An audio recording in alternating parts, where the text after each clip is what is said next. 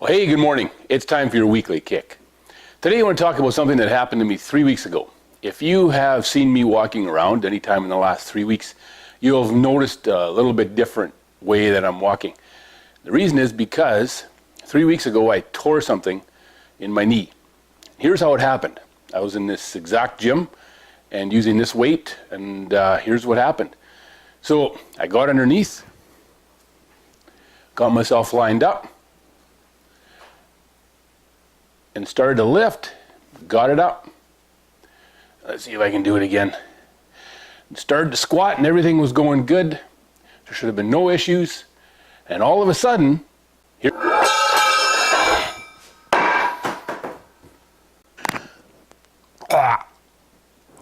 This is what happened. Hey, how about a little help here? Can someone give me a hand? Okay, I'm just messing with you. That is where I ended up, but not exactly with it across my throat. What I had to do was this. I was going down, I heard something go in my knee. I actually heard a snap. And a split second later, my knee was gone. There was no strength, there was no support. And I knew I couldn't control it. And I was going to hit the ground in a matter of under a second.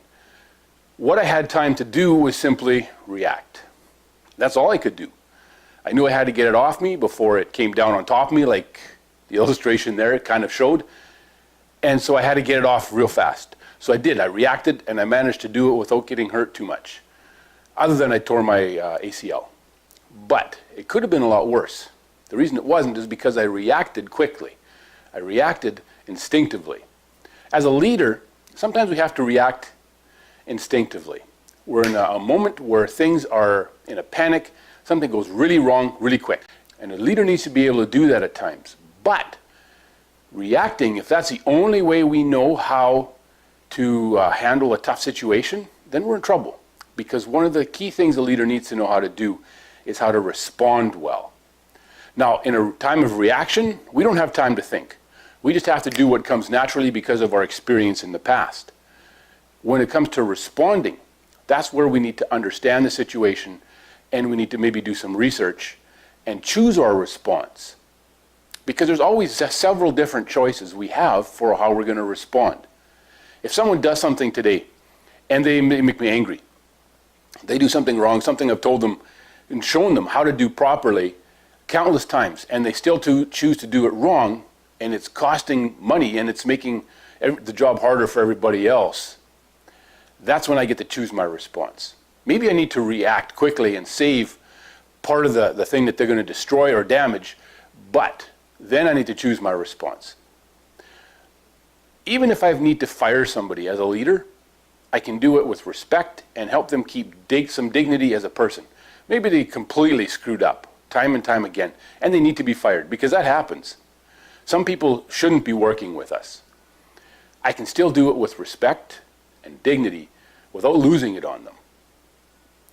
That's choosing my response as a leader. For me, choosing my response after I got the weight off was, now what do I do? Went to the emergency room, found out what was wrong, and got referred to a specialist for surgery. Great. So I still need to choose my response. Do I baby my knee and make sure it doesn't ever twinge again until I have surgery and it's all healed up nice?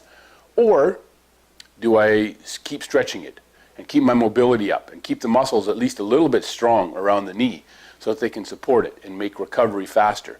That's where choosing a response is important. Instinctively, most of us go, oh, don't move it, don't move it. Don't do anything with it. Sit for the next 6 weeks until you have surgery. That's not the best response. The best response is to not baby myself and to make sure that I keep my muscles as strong as I can surrounding that injured knee. It's the same with you as a leader. There's going to be people around you who are going to be saying, you need to do this, you need to do this, here's how you need to respond. You need to quiet those voices from your head. And maybe they're external voices. You just need to close off your ears for a while and listen to the wisest people around you. And sometimes those people, like we talked last week, are not the people we assume they are. Sometimes they are an entry-level employee who sees a solution that the rest of us don't see. But we need to quiet those voices, everybody saying, you need to do this, you need to do this, because the people around us will panic. in a tough situation. Many people will panic. That's their first inclination, and they haven't learned how to choose their response. As a leader, if you're going to lead, and I'm going to lead, we have to be the ones who are keeping our heads. The ones who are going, okay, here's where we need to go, and we're going in this direction. This is what our response is going to be. I've thought this through, we've looked at the details, and those of us in charge have decided here's where we're going, here's our response. It's a measured response, it's a thoughtful response. Not a reaction, but a response. A response that's going to create the success that our people are looking for us to help them achieve. So, there's your weekly kick for this week.